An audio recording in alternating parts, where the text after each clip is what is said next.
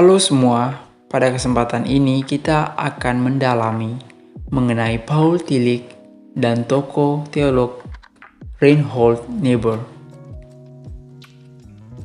Paul Tillich lahir pada 20 Agustus tahun 1886 di Kabupaten Guben yang kini termasuk wilayah Polandia. Ia hidup dari keluarga pendeta Lutheran yang begitu konservatif. Ia pernah bersekolah di Universitas Berlin Tübingen dan Halle, memperoleh gelar PhD dari Universitas Breslau. Kemudian ditabiskan sebagai pelayan pendeta dan melayani para pekerja.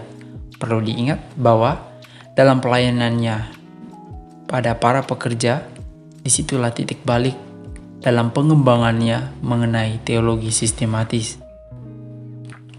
Pemikiran yang sangat dipengaruhi oleh filsuf abad ke-19 Friedrich Schelling membawa dia pada teologi yang sangat berkaitan erat dengan teologi budaya.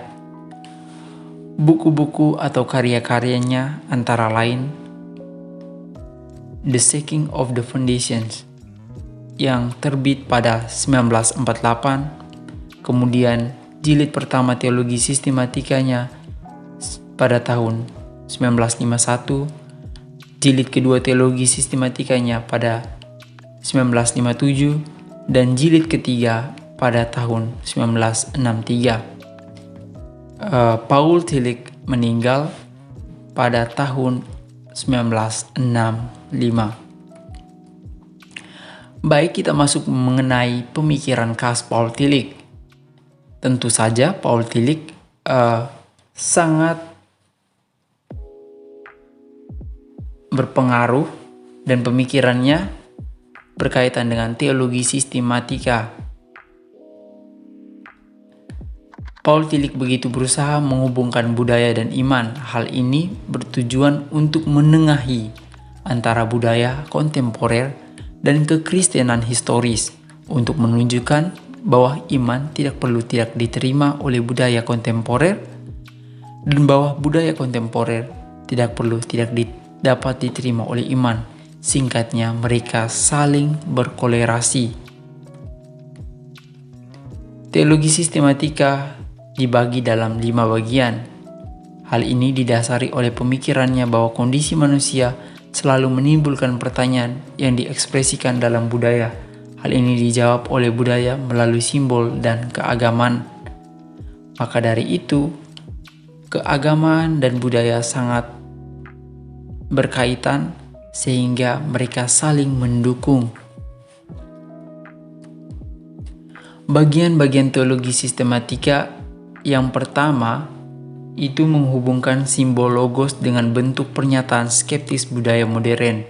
Pertanyaannya mengenai bagaimana kita bisa mengetahui dengan pasti kebenaran yang penting secara manusiawi.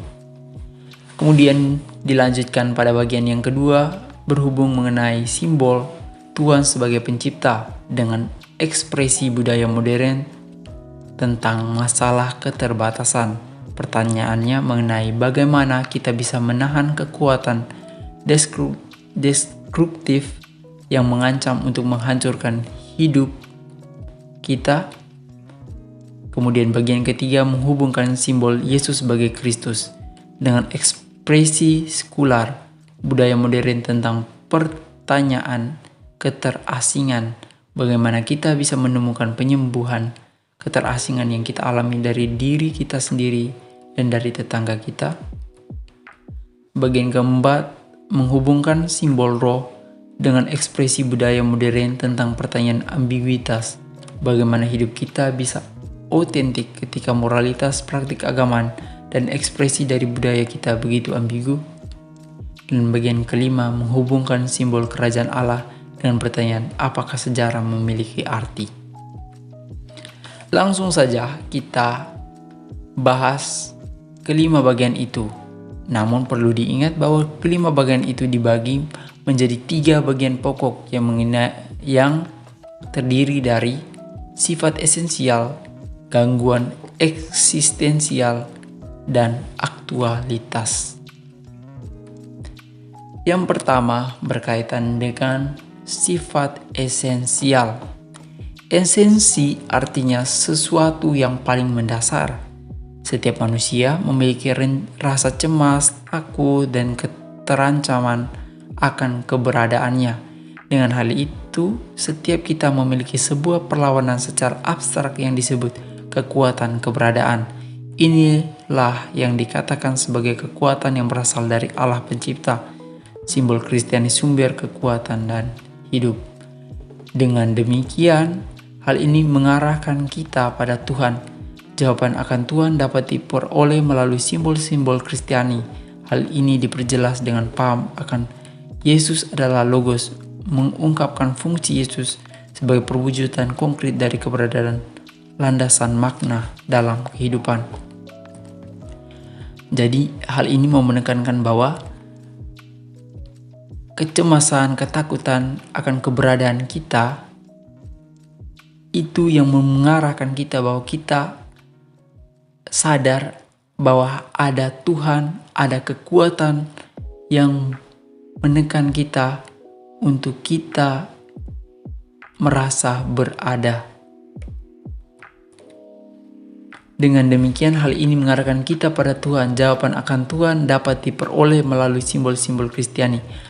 Lebih lanjut, esensi itu tidak dapat dijelaskan lebih dalam lagi karena struktur akal manusia yang terbatas serta simbol-simbol yang tidak memadai dalam menjelaskan akan Tuhan. Hal ini juga berkaitan dengan simbol bahasa yang begitu terbatas. Adapun Tillich mengungkapkan bahwa Tuhan sebagai makhluk itu sendiri. Tillich terpesona oleh ontologi penyelidikan tentang keberadaan. Dia membedakan antara Tuhan sebagai makhluk dan Tuhan terbatas seperti manusia. Keberadaan Tuhan katanya adalah keberadaan itu sendiri. Jika Tuhan adalah makhluk, ia tunduk pada kategori keterbatasan terutama ruang dan substansi. Kita lanjut pada bagian kedua mengenai gangguan eksistensial.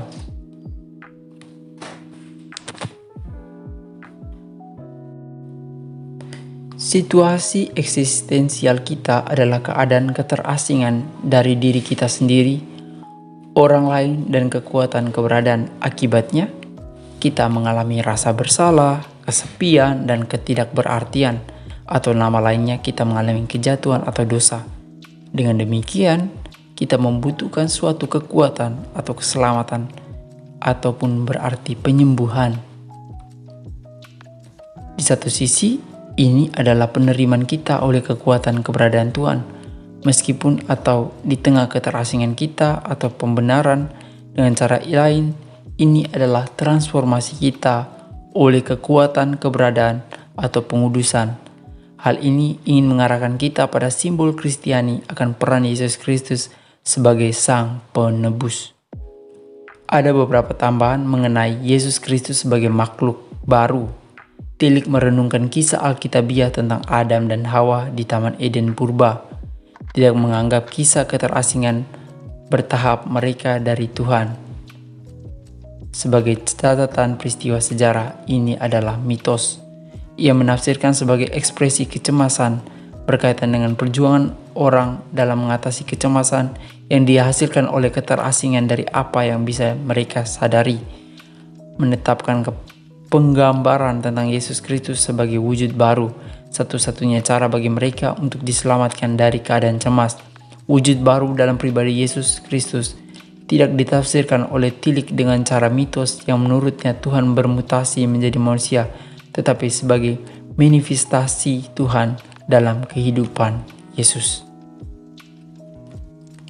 Adapun pengajaran Tillich mengenai sosialisme agama, penolakan Tillich terhadap sosialisme nasional dan wawasan perspektifnya ke dalam mistisisme pagan dari nasionalisme konservatif romantisnya adalah bagian tak terpisah dari analisis kultural teologisnya tentang akar pemikiran politik dalam eksistensi historis manusia. Tillich mengembangkan kategori-kategori teopolitik, otonomi, heteronomi, dan teonomi yang sesuai dengan makna keagamaan negara-negara politik. Pada bagian ketiga mengenai aktualitas. Menyatukan adalah proses mengaktualisasikan potensi atau sifat esensial. Kehidupan manusia memiliki dimensi roh. Kata roh berarti kesatuan daya hidup dan hidup dalam makna. Hal ini mau menjelaskan bahwa hidup kita secara inheren mendorong menuju integrasi diri. Pengalaman kelompok tentang integrasi diri, kreativitas diri, dan trandensi diri yang jelas dalam sebuah kairos adalah pengalamannya akan makna titik sejarah. Roh mengungkapkan kehadirannya kepada kita justru dalam realitas konkret kita sebagai kehidupan spiritual yang mengaktualisasikan potensi kita. Pada bagian ini Tillich mau menekankan sebuah peran dari Roh Kudus yang dapat mendorong manusia dalam pengaktualisasian diri.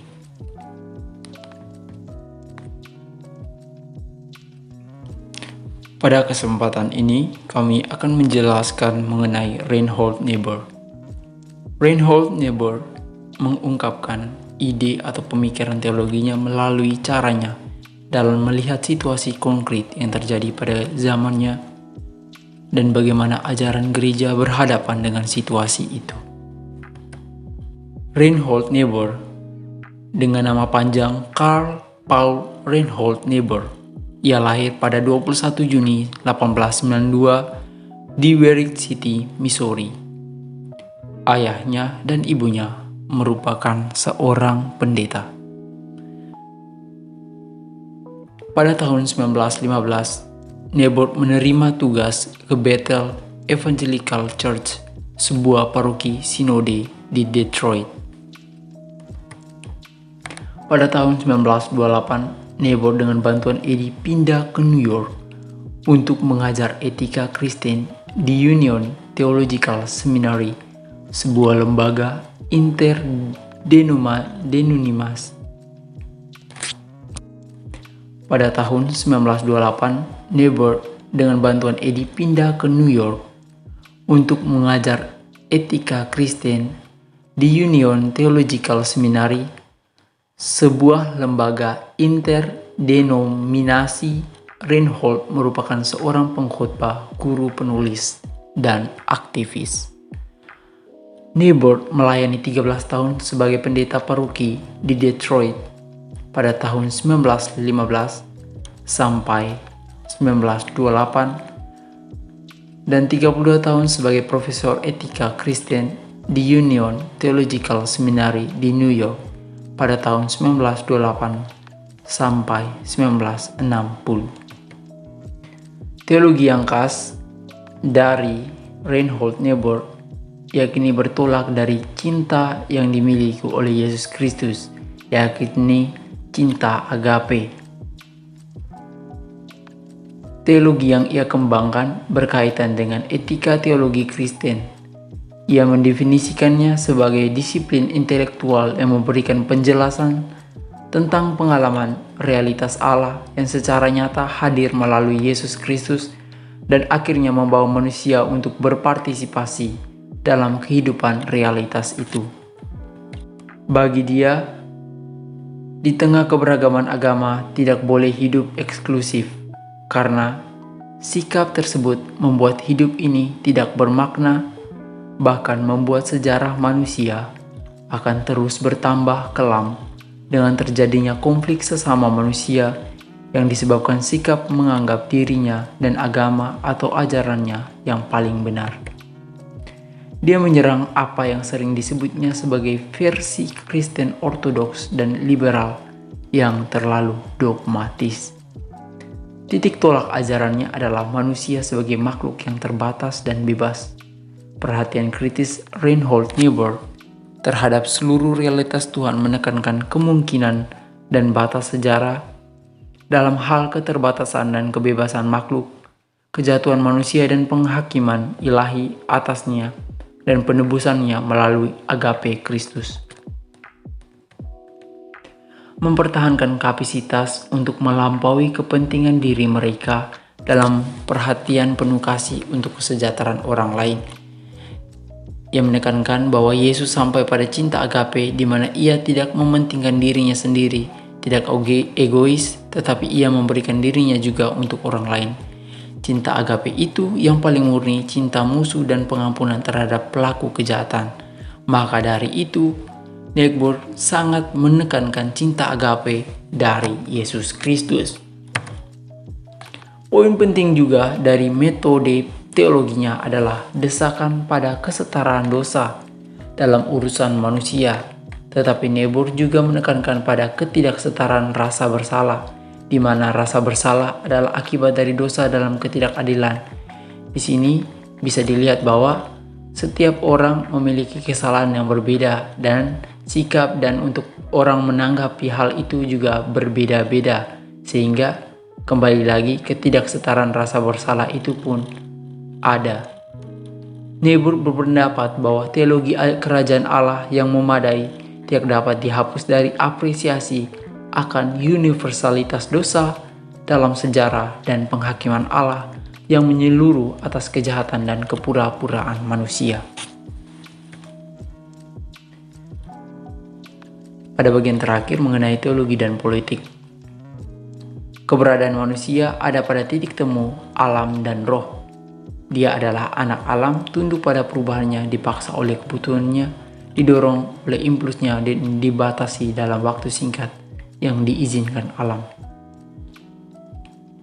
Pada saat yang sama, ia adalah roh transenden yang berdiri di luar alam kehidupan dirinya sendiri, akalnya, dan dunianya. Meskipun dikondisikan oleh faktor genetik, lingkungan, dan budaya, manusia memiliki beberapa keleluasan untuk mengatasi keadaannya, untuk membayangkan kemungkinan baru, untuk mengubah ide, intuisi, dan kebiasaan singkatnya untuk membuat sejarah.